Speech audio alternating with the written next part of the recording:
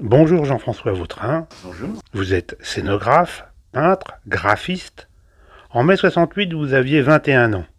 Racontez-nous l'histoire de ce petit documentaire sur ces fameuses journées de mai 68. Juste d'abord, une petite précision pour les possesseurs de smartphones qui aujourd'hui sont très bien équipés et peuvent faire ce qu'ils veulent, quand ils veulent, où ils veulent. À l'époque, personne n'avait d'appareil photo, il faut bien se le dire, personne n'avait de caméra, encore moins. Donc vous êtes aujourd'hui privilégié. Et donc c'est une prouesse que moi je puisse faire un film en couleur à l'époque sur ces événements, car les actualités télévisées étaient en noir et blanc. Donc il fallait une caméra qui était muette à 90%, c'est-à-dire qu'elle ne prenait pas le son, et il fallait monter le film, le couper, le coller, et après on faisait coller sur le bord du film une petite bande magnétique qui faisait 0,8 mm de large, c'est inimaginable, entre le bord du film et les perforations. Et si on était équipé d'un projecteur sonore, qui faisait office de magnétophone aussi, on pouvait enregistrer du son, à condition d'avoir une musique ou un commentaire, etc. Moi, à l'époque, j'aurais voulu avoir des commentaires de ce que j'avais filmé, c'est-à-dire l'ambiance. Mon problème, c'est que ces journées de mai 68, j'avais bien les images, mais je n'avais pas le son. Mais heureusement, vint à mon secours Jean-Pierre Farkas. Qui est Jean-Pierre Farkas? C'était le grand journaliste de l'époque de RTL qui avait lancé l'émission 10 millions d'auditeurs, que la France entière écoutait aux informations. Et Jean-Pierre et son équipe a mis sur un disque 33 tours, qui est là derrière moi, la pochette que vous pouvez voir, et qui était un succès à l'époque, c'était des souvenirs. Il égrène tous les événements depuis le début jusqu'à la grande grève générale. Donc il m'a suffi, moi, de prendre des séquences qui correspondaient à ce que j'avais filmé. Ainsi, j'étais enfin paré pour pouvoir projeter un film cohérent.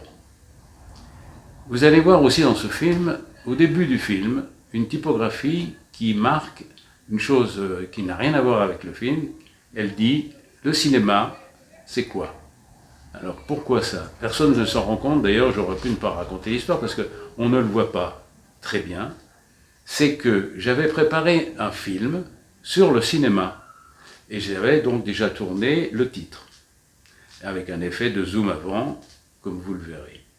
Et je voulais faire une surimpression, donc c'était la première étape, puis après j'allais filmer un autre élément par-dessus. Je mets la caméra dans le placard, je l'oublie complètement, jusqu'à ce qu'un pote vienne me frapper à la porte un matin du 3 mai 1968. Je dis un pote parce que nous étions coturnes, c'est-à-dire nous habitions tous les deux dans le même pavillon de la cité universitaire, la maison des provinces de France.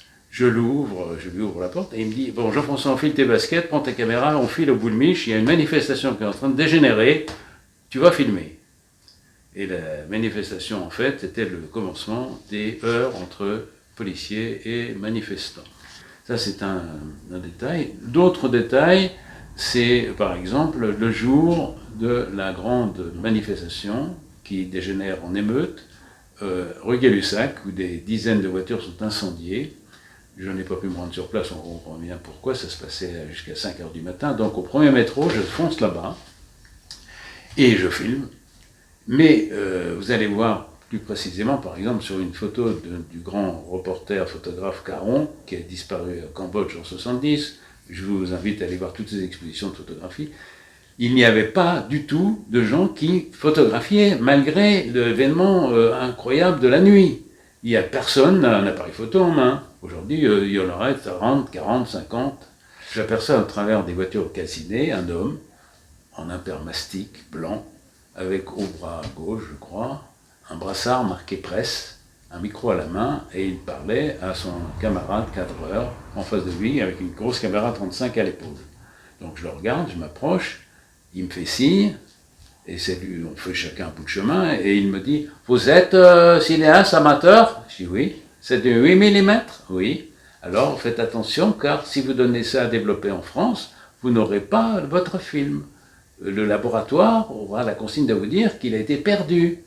Et vous auriez un pellicule vierge en remplacement, vous serez très content. Moi je vous propose de donner ça au laboratoire allemand de Kodak, qui là vous le développera et vous êtes sûr de le revoir, chose que j'ai faite. Donc c'est ça qui me permet aujourd'hui de vous parler de mon film. J'aurais pu ne rien avoir du tout. Mais c'est du John le Carré, on dirait. C'est presque du John le Carré, d'autant plus que vous allez apercevoir aussi quelqu'un qui m'intriguait, qui est un personnage seul, avec un appareil de photo à la main droite, une serviette sous le bras gauche, qui photographie je ne sais quoi, devant un monceau de pavés gardé par des gardes mobiles à l'arrière. Ce personnage m'a toujours paru suspect à la vision. Je me suis dit, ce gars doit travailler pour les services de police, parce que, je vous l'ai dit précédemment, personne n'était équipé avec un appareil photo. Bon, Jean-François Vautrin, ce petit film sur le cinéma c'est quoi, que vous n'avez jamais réalisé. Si, c'est celui-là. Alors on peut le regarder. Oui, oui. Alors regardons-le. Ok, merci. Comme toutes les grandes journées de l'histoire de France, mai 68 se sera joué avec la rigueur des grands classiques. 3 actes, 3 personnages. Premier acte, les barricades au quartier latin. Tant qu'il y a d'un côté des manifestants, de l'autre côté des policiers, nous sommes du côté des manifestants et nous n'en sortons pas. Deuxième acte, le drapeau rouge dans les usines occupées par les grévistes. La grève avec occupation d'usine est adoptée à l'unanimité, moins une voix. Donc, premier acte, les barricades au quartier latin. Tout a commencé par la fermeture de la faculté des lettres de Nanterre. Le loyer Nanterre fermé, l'agitation gagne la Sorbonne, où le recteur Jean Roche va prendre la même décision qu'à Nanterre. Suspension des cours et fermeture de la vieille faculté. Pour disperser les étudiants qui se sont rassemblés dans la cour de la Sorbonne ce vendredi-là, le recteur Roche appelle la police.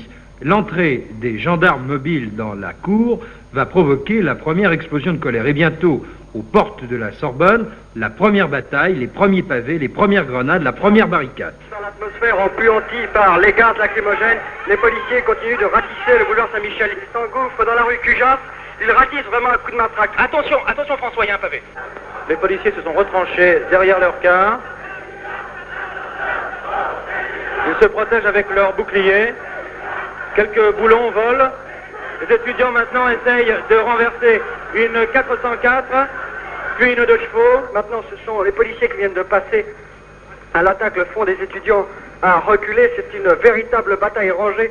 Les étudiants attaquent à coups de pavés et les policiers répliquent avec des grenades lacrymogènes. On ne peut plus respirer. Écoutez, ça y est, ça chasse, maintenant nous sommes derrière. Nous sommes derrière, les gardes mobiles, ça pleut dans tous les sens. C'est épouvantable, ce sont des dizaines, des centaines de cailloux, de pavés qui volent maintenant. Des voitures se rerouillent. Ah, la vache, pousse-toi. Bon, là, il y a 2 voitures, 4 voitures qui sont retournées. Des grilles d'arbres. Des grilles d'arbres qui jonchent la rue. Les policiers chargent maintenant les manifestants. Non, le ministre de l'Éducation nationale, Alain Peyrefitte, garde son sang-froid. Vous voyez, dit-il, il y a 605 000 étudiants en France. Or, tout à l'heure, ils étaient 5 000 à se battre dans les rues du quartier latin. 5 000, c'est-à-dire quelques dizaines d'enragés. Eh bien, ce slogan va secouer le quartier latin pendant tout un mois. On va juger ensuite et condamner les manifestants qui ont été arrêtés dans la soirée.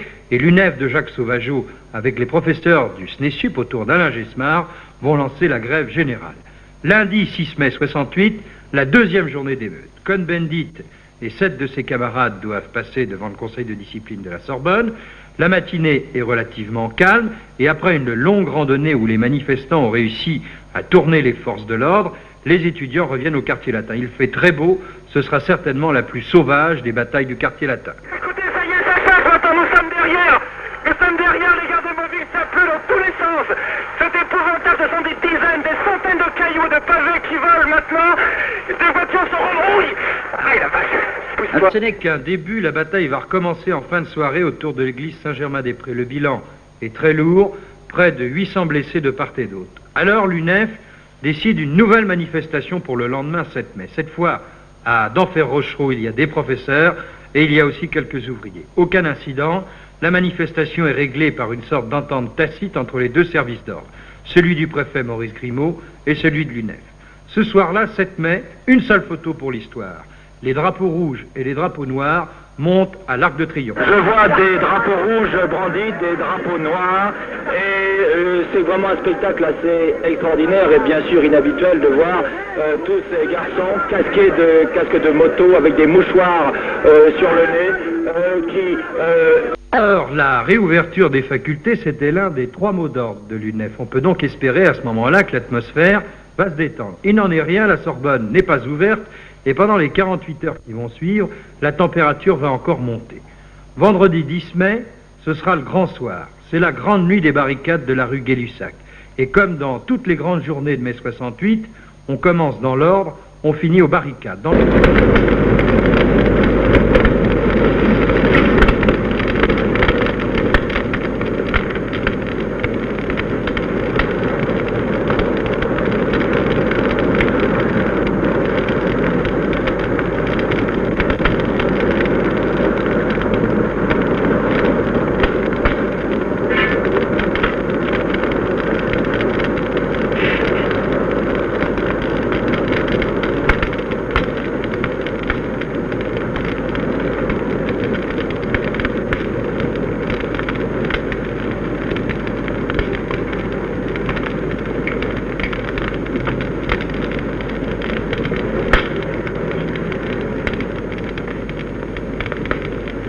Par intérim, Louis Jox vient de prendre sa décision. Il va être 2h15 du matin. Il faut dégager les barricades. Je suis maintenant contre un barrage de CRS qui est le long du jardin de Luxembourg. Et CRS ont laissé la fumée se dissiper un tout petit peu. Et maintenant ils avancent avec les boucliers. Certains même ont des fusils, leurs petites sacoches avec les grenades.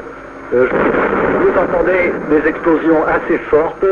Ce sont de très fortes grenades qui répandent un nuage jaune. On se trouve maintenant au cœur des manifestants de l'autre côté de la grande barricade.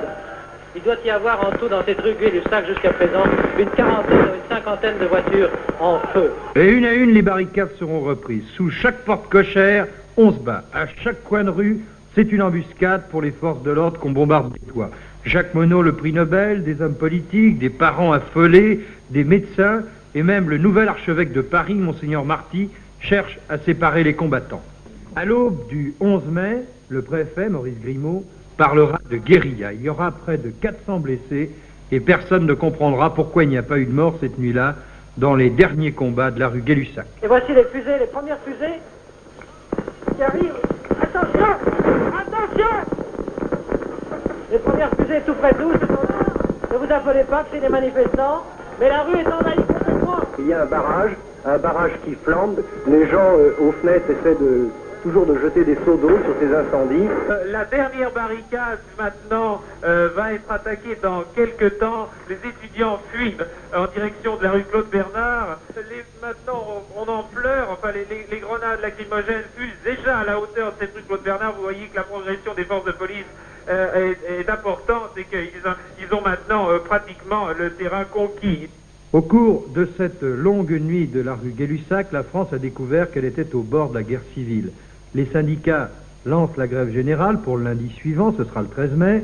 Les partis de gauche annoncent qu'ils vont déposer une nouvelle motion de censure. Effet rarissime dans les annales de la Ve République, on a réveillé De Gaulle en pleine nuit. De Kaboul, le Premier ministre Georges Pompidou s'est fait tenir par téléphone au courant des événements de la nuit. Il rentre à Paris dans la soirée et dès son retour samedi 11 mai, il prend la parole à la télévision. J'ai décidé que la Sorbonne serait librement rouverte à partir de lundi.